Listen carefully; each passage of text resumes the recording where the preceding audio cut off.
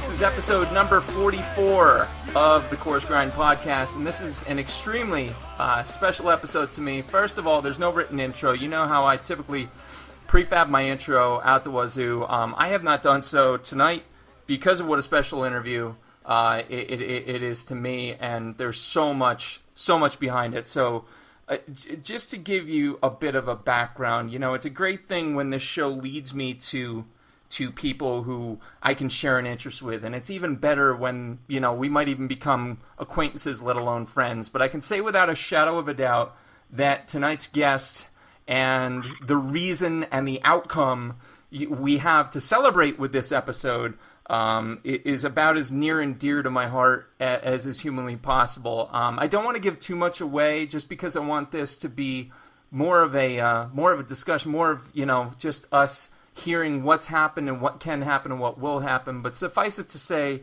he is the owner chef, mind, heart, and soul behind one of the greatest restaurants I've ever had the honor to eat in, that is Seasons on Main in Bloomsburg, Pennsylvania. And if you've been conscious in Pennsylvania for the last 72 hours, you know that there's been some stuff. And what I wanted to do with this episode is to bring awareness to the hidden gems, not just this specific case, but in general. They exist all over the place, but obviously this one's near and dear to me. So I feel I'm babbling. This is why I write my shit down before I start rolling, because I tend to go long-winded. But again, he is a dear friend. He is a talented chef. He is a heart with legs, and he is one of God's greatest gifts to the culinary arts ever. So I'm not going to drag this on any further. Without further ado, Chef Gary Vadakin. Buddy, how you doing? Good evening, Shawn. What an intro! Oh my gosh, I love your intros. They're great. I can't help it. I fear that the first one was a little more prefab, but obviously this one there's a bit more heart and soul behind it. And you know, you and I now, Michael and Greta, you know, we've all been friends for so long. And so, folks new to the program, if you're interested in hearing more about the backstory and the how's you what's it's of Chef Gary, check out episode 4. But tonight we're going to talk a bit about something that's happened, things that are happening, and things that are hopefully going to continue to happen. So, Chef Gary, I kind of want to kick it over to you and just say, in you know, 500 words or less, what the hell's been up the past week or so? Well, first I should thank you for helping me get through this. You've been great, and as many other people have. But it's basically been hard. I opened up 3.5 years ago a BYOB, fine dining restaurant. A liquor license in the state of Pennsylvania is quite expensive, and they only allow a certain amount per township. So you have to wait until a restaurant closes before one goes up for sale. And I really didn't want one. I like BYOBs. But I knew from the beginning that a BYOB was going to be a challenge. That's where most restaurants make their higher profit margin, is on the liquor sale. But for 3.5 years, I've worked very hard. My staff and I have worked very hard. And we've gained a wonderful rapport with the area. Got wonderful customers, 60% to 70% repeat customers on a weekly basis. I'm very proud of that. But a 40-seat restaurant without a liquor license is probably a ship with a hole in it. Yeah. So it has been a struggle for quite a while, and as in any business, you make it work, I call it. So when things are tough, you make things work, and you juggle it, and you get through it, and we always have. And you certainly did. I kind of want to jump in there, because I'll be honest, and I'm sure you'll get to the crux of the moment awareness became key. You know, we all looked at the smiling, shining face and thought, man, shit must be solid for him. Right. We didn't know any better. That's the way I've always been. I've always been looking through rose-colored glasses, and I'm always painting the picture better than it usually is. But I think to be professional in this business, as in any business you're working with the public, you need to always have that smile and that confidence and that everything's great. So when my regulars that have been with me for years, you know, how's everything going, I'm always saying it's great. And being the sole proprietor and the only person in charge of finances and all of the responsibilities, it eventually got to me, and I tried to make things work, and then it just eventually, as of last week, it got really. I just had a bad day. I guess I almost threw my hands up. Mm-hmm. But what had happened?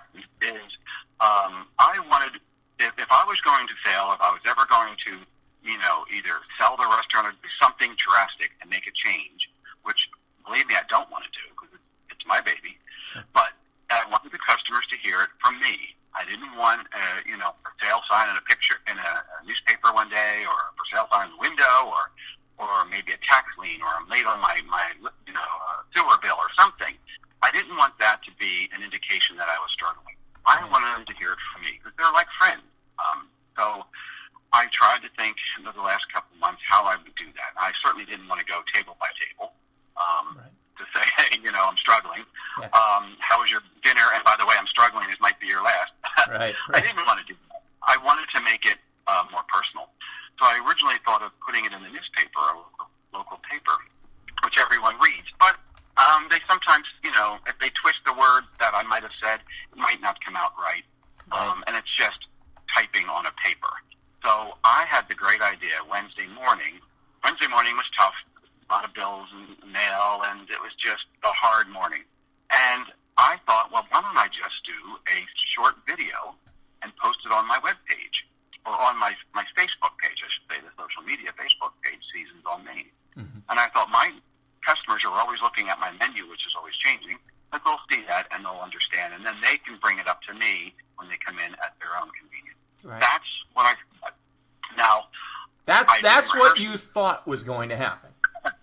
Yes, that's what I thought. I was in the restaurant by myself sitting there, and I just thought that would probably be the best way. I turned my phone on video. I put it in a wine glass sitting in front of me, and without even thinking of what I was going to say, I knew I wanted to keep it short, 2 or 3 minutes. I just blurbed. Now, I don't like being vulnerable. I'm not, I have many emotions, and I'll be glad to show them, but that's one that you don't like to show that often.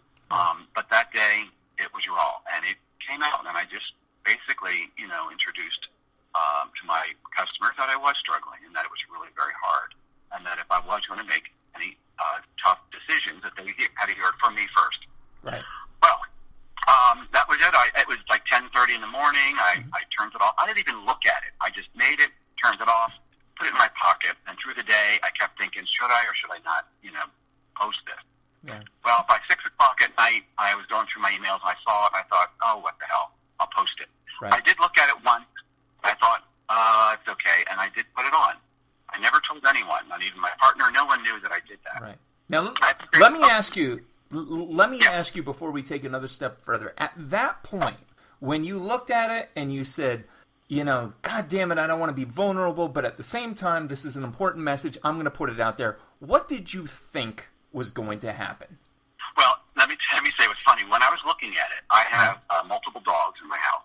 When I was looking at it, my phone was ringing at the same time. The dogs seemed to like the phone, or any noise will bark at. But I remember when I was looking at this video, I didn't even get 10 seconds into it, and the dogs started barking. So I didn't really hear the video. I just kind of looked at it and heard a few words. I didn't really take it in, because I knew what I had done. I knew I said it that earlier day. I just thought, okay, that's fine. It's short, sweet, and I got to the point, and I posted it. So, and I just really thought maybe a couple dozen people overnight, maybe the next day or two, would see that and possibly bring it up. I did not realize how many people do look at social media. Mm-hmm. So that was 6 o'clock at night. 20 minutes after I posted it, we started getting some reservations coming in. I had not told one of my servers who was at the restaurant. Now, it was a slow night, as it has been for a while. So I was in a bad mood, and I just said, guys, you handle the restaurant. I'm going home. So I wasn't in the restaurant that evening, but 20 minutes after 6, a couple of reservations started coming in, and they said, oh, we saw the video. We really want to show our support. We'd like to make a reservation. Well, my server was unaware of any video. Asked my sous chefs, and they were like, what video are they talking about? Mm-hmm. Well, they found out quickly. Sure. By the time I went to bed at 11 o'clock at night, it had 2,000 hits. I was shocked. And when I went to bed and put my head on the pillow, I thought, oh, my God, what have I done? As of today, there are 170,000 views on that video. It has gone viral, international. Yep. It's been on the news in the Netherlands. It was on the nightly news in the Netherlands. I got report and wonderful wishes in Dutch, which I can't read. It was in Canada. It was in Memphis. It was in so many different cities in this country that has blown my mind. Yeah.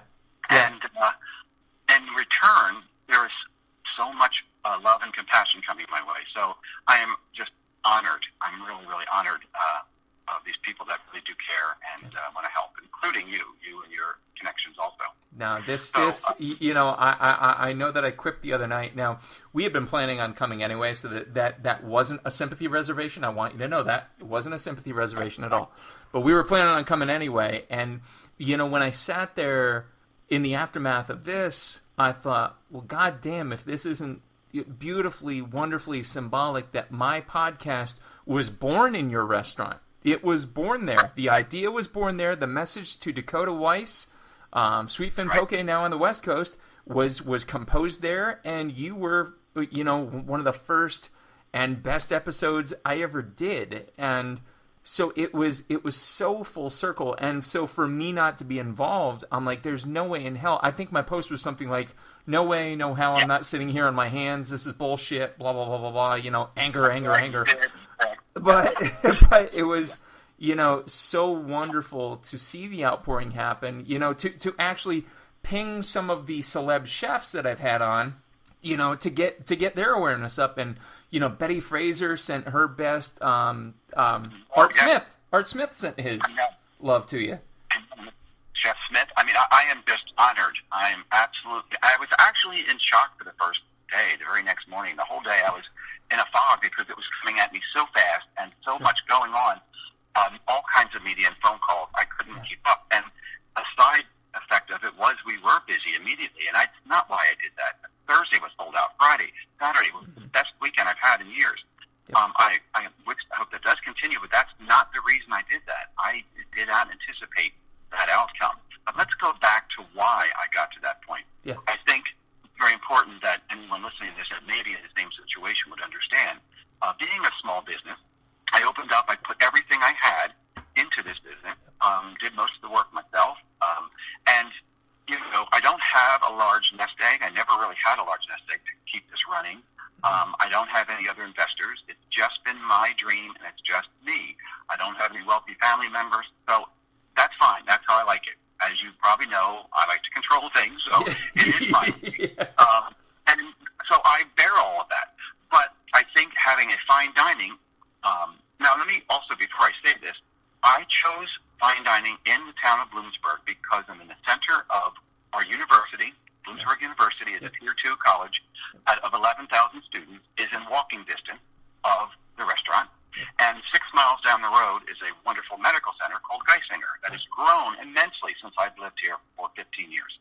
And I, one day, about 4 or 5 years ago, thought, what are the fine dining options for the people that are moving here to work at the medical center or to be the faculty at the college?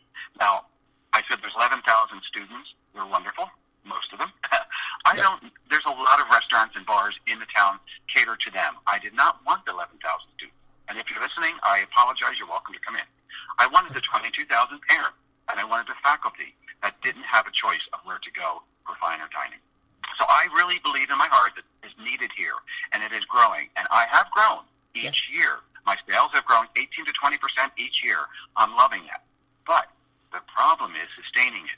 Being fine dining, having the freshest meat, the freshest seafood, the freshest vegetables is not cheap. That is not cheap. I know a burger place or a submarine sandwich down the store down the street probably makes a higher profit because they're a lower cost at a higher profit margin, and it's quantity. Absolutely. They do hundreds of sandwiches. Absolutely. So that's where I think my problem lied is that I couldn't keep that expensive cut of meat fresh enough in order to sell them. So and Gary, just to jump in here real quick, as a resident, as a long-standing resident, I might add, one of the first critiques that I saw that actually angered me, there were two. There was the one about the liquor license, but more importantly, there was well, what the hell does fine dining have to do in Bloomsburg? I would like to publicly right now at 9:25 on 9:19 extend 2 middle fingers to everybody who suggested that fine dining does not belong here in this town. Like you said, you've got the university, you've got the hospital. We're more deserving of it than most areas, but you throw deserving out the window. If you make it available, people learn about it, and people want to come back to it. So, and I mean, for as much of a teacher and a nurturing spirit as you are, I assure you, if you're listening and you're like, I wouldn't know what to order if I went in there, Go in there and ask for Gary personally and let him help you. Oh, Shawn, you're so right. The teacher in me, which I wanted to be a teacher when I was younger, loves that there are people in this area that are born and raised in the community, wonderful, big-hearted people that might not have had the opportunity to eat oysters in certain restaurants or unusual items. I love teaching them and showing them and having them taste things that they might not have had the opportunity. So that's part of what I love, too. But it is also, it's hard to get these people to come in because I'm a little higher priced. And I believe once they do come in and experience the whole restaurant, the atmosphere, the service, the music, everything that I've built, then they get it and they like it. Yeah. So I know it belongs here. I know it does. And I mean, to jump in there too, to jump in there, the other critique was the liquor license. Listen, if you're going to complain about the prices and so on, you can bring your own here. A pour of wine. Okay, let's say big pours. There's 4 pours per bottle of wine. And you're going to pay, what, $10 to $12 per pour of like a middle shelf wine. So you're looking at $40 for the bottle. A bottle of vodka gets by far more profit. I mean, one bottle of vodka could bring you a lot, hundreds of dollars. So wait a minute, you can bring liquor and mixers into your place too, Gary? Yes, you can. Oh, yeah. Mm-hmm. Yep. See? The BYOB license states that you have to bring in a sealed bottle, consume it, and then leave the empty bottle for me to recycle, or I can store it, But it is not to be taken out, so you don't have an open bottle container outside. But the problem is, as any foodie listener will understand, I love BYOBs because I have certain wines that I like, or certain beers that I like. Most odds are they're not going to carry that, and if they do, it's now 4 times the price that you normally pay. So that's kind of angry. So I've always searched for those type of restaurants. Yes. So when they opened, I really wanted to be a BYOB, and now in hindsight, I'm glad because a lot of the doctors, for instance, a lot of the faculty from the college, some of these people bring some heavy-hitting wines that even if I had a liquor license, I don't know if I could afford to purchase an $1,800 a case bottle, of wine. Right. So they bring some really nice heavy wines, and that is a nice opportunity for them. If they're going to purchase or have a wine club that they belong to, they have an opportunity to bring it to the restaurant and share with friends and family. Exactly. Not to mention at the end of your night, don't be a goddamn prude stickler about it. Ask Gary to come sit with you. I guarantee you he'll have a drink with you. I promise. Oh, believe me. That happens quite often. In the beginning of the night, I don't, but near the end of the night, I would love to partake in that. So if you're early, don't worry about it. But if you're late, have fun. Even if I don't get a chance, when the empty bottle is at the table, my servers know I need that bottle. I take the bottle to my office and just investigate what kind of wine it is. Perfect. 1972. It's amazing sometimes the wines that come in. But and I like that it's a BYOB. Now, another thing, when I thought about doing a corkage fee, which most restaurants have, I was the first in this area, the first in this town, I know that, to ever think about doing a corking fee. So I had to really think about it because I didn't want to upset anybody who was going to bring wine in. Right. There was another restaurant nearby that had a BYOB. They had no corkage fee, and they have since put a bar in and have a liquor license. I think it hurt them, but I only did $1 per person. What I figured is if I was serving 250 people a week, which I did at one time, I still do on occasion, but 250 people drinking wine, and they each paid $1, that would cover the cost of my dishwasher for the week. I washed most of the glasses. So that's all I wanted to cover. I do not make a profit on that. Only 2 people over the 3.5 years have ever complained about the $1 corkage fee. But so I, of course, took it off. I wouldn't want them to be upset. Right, so I don't think a party of 4 sitting at a table to pay an extra $4 is anything to bark at. So that usually is not the case. But that could probably come up, and I don't think I'm going to do that. That's not a good case. And I mean, I don't know that a lot of people listening will look at, that statistic right there. It's significant to bring up because, $250, I guarantee you a large amount of people are going to be like, well, that's $250 for fine dining. What does that matter? That matters. Every single dollar matters. Right. Well, the reason I put that on is I don't serve any liquor. I don't make any profit on liquor sales at all. Right. So, but I had to purchase glasses. I had to purchase wine chillers, which are marble that I put in the freezer. I had to have the glasses cleaned, polished. We polish every glass and silverware by hand. That all had to be done by a person, which I had to pay. Now, also, my servers do a lot of serving with the wines. When they come in, they open them, they pour them, they present them. They're taking care of the wines or beer, and there is no extra tip for that. So there had to be some sort of, there had to be a little leeway. So I think the dollar is really is ridiculous, to tell you the truth. But that no one's ever really, no one barks about that. Yeah, and listen, as an aside, if you're sitting in a seat there and you've got these guys corking them, pouring them beautifully, which they all do. I'm sorry, guys and gals, my apologies. And you're not tipping up for that, man. Right. Come on, get with the program. It's probably a third of the service at a table is the pouring, the constant of the wine. Or storing. We put them in the back for them. We chill them. So that's okay. That's fine. Believe me, my servers don't really mind. They do very well. But it's part of the service.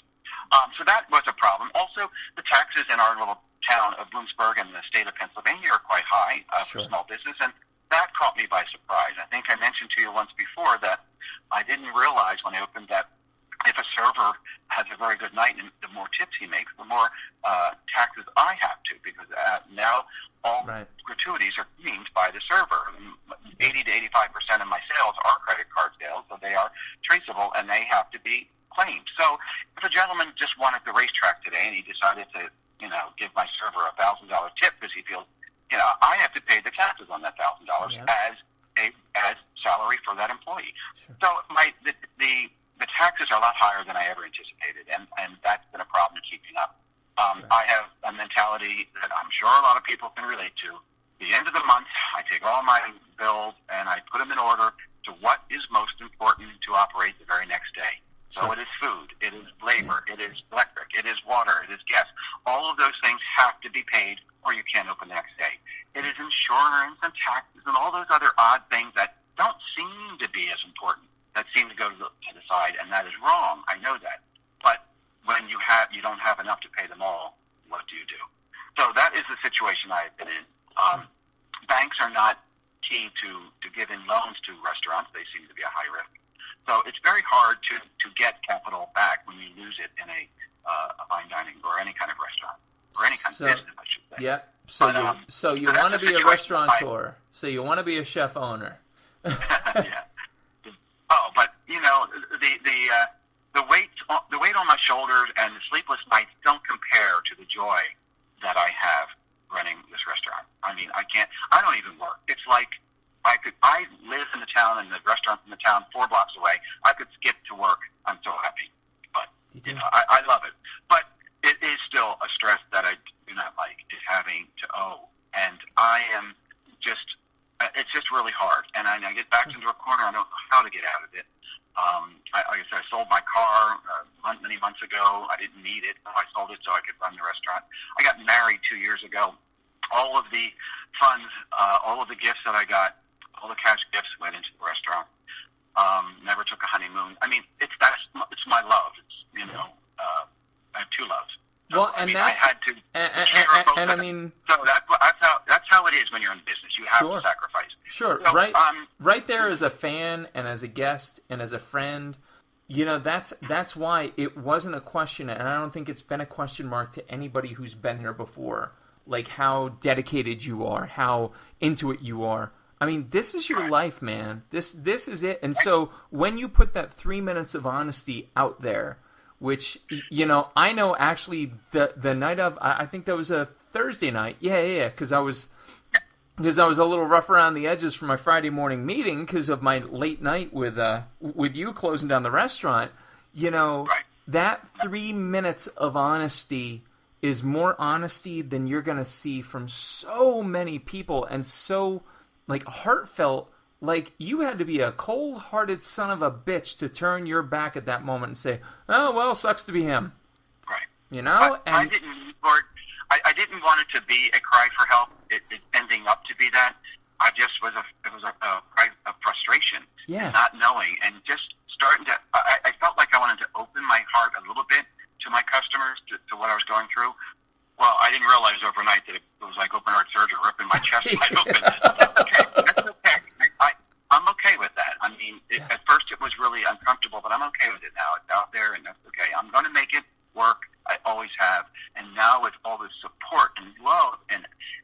so many ideas and things that are coming my way. I know I'm going to make it. Yeah. So let's like kind of bring the basket up and out of the water here. So we know where it's gone, and we know it sucked and it was horrible. And anybody who ever thinks I want to open a restaurant, Jesus, God in heaven, listen to this story, because it's common. It's everybody's story who does it on their own, who doesn't have a big financial backer. If you read anything by Bourdain, by Ramsey, they tell you the first 5 years you're always going to be, making up money, blah, blah, blah. That's fine. Here's the thing, though. Because of those 3 minutes of honesty, not 5 days ago, now you're looking at a brighter road. I'm going to plug shamelessly here Allie Walter, who is a guest of the show, episode 37, and I was able to connect you with her, so she's going to work with you. True story? Oh, that's true, yes. Definitely. She called me out of the blue from you, and for 2 hours we talked. Electric, absolute electric talk. It was like my pores on my body were opening up. Like, what? She was bringing up so many great ideas and things and reasons, and made me look in the mirror at myself differently. So in just 2 hours, I changed a little bit. So I mean, and that's just one example. Again, Allie Walter, I'm telling you, if you run a restaurant, run a food truck, reach out. She can help you, I guarantee you. But so you've got that help. You've got local support. You have local support from people just coming out of the woodworks, which is amazing. And then you've got the local media picking up on you. And I guess just today, was it, KRZ reached out? Yes, a wonderful radio station, one of my favorites, plays great music, KRZ, called me out of the blue and said, are you available today at 2:30 for an interview live? And I was like, well, God, let's do it. So I did. It was only like 2 or 3 minutes, but it was great. And it's just amazing exposure, I should say, is really what I haven't really thought of that word, but it's exposing my situation. As far as curing it, I haven't got to that point. And I had 84 emails. I had like over 100 messages on my phone. I'm going through those, trying to get back to everyone, thanking them and for their support and so on. So I got to get through all of that, put it on paper, and see where I'm at. But it's amazing. I mean, people from all over the country and all over the world reaching out to me. It's just blowing my mind. It really is. Yeah. And how is, obviously we're in a new week. This is a Monday night. I know I can get you on a Monday night. How is this week looking for the restaurant? Get ready. I told my staff, get ready, bring in the espresso, get ready to drink it, because we're going to work. We got a pretty full week again. Beautiful. So I assume that these are people that want to help. They feel bad. They want to come out, and I love that. I hope it goes through. Now, the summer is always hard in any business, but in the restaurant business, that does cater to fine dining. A lot of people that go away on long vacations. So it's been very hard. We're coming upon a great season. Fall and winter is a wonderful season. Gift cards that I sell, I can't keep them in the house. They go like crazy. To me, the first year, I thought, wow, this is a great feeling. Someone's giving a gift of dining at my restaurant, and it's sold like crazy. So it must be a good gift. So I'm coming upon a better season, and I will be okay.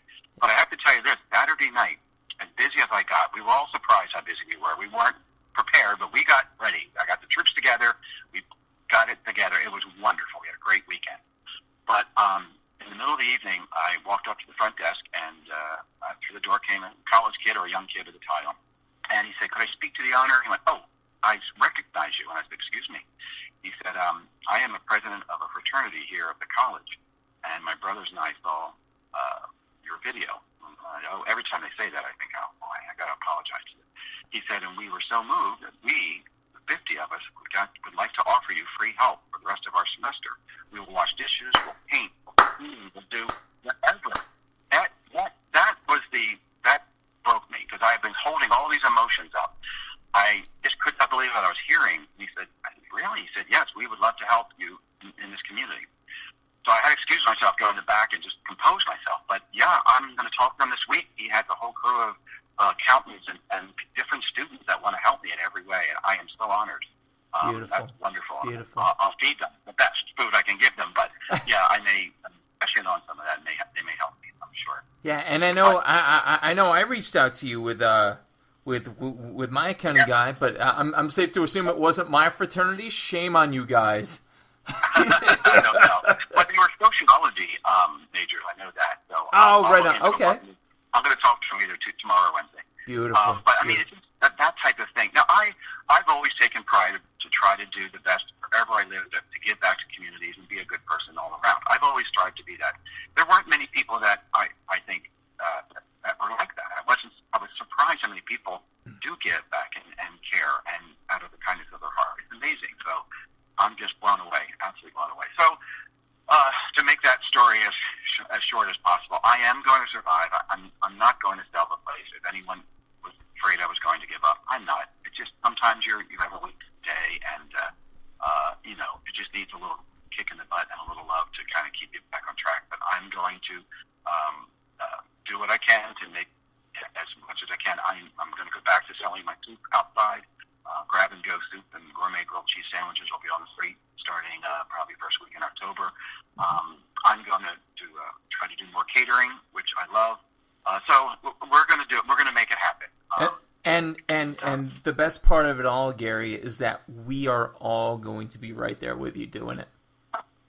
Thank you so much. Don't make me start crying on this. No, I honest to God, man, I am at the ready. You know this better than anybody. I'm willing to jump behind that pass and start slinging some shit sooner than later. So you're welcome. I'd love that. You throw up the Rosler signal. I'm going to do a Coarse Grind podcast live, me cooking on the line. So we'll see how that goes. But I can also mention one other thing happened Saturday, which I wasn't sure I was going to mention it because I don't know if it's legal or not, but I'm going to say it anyway.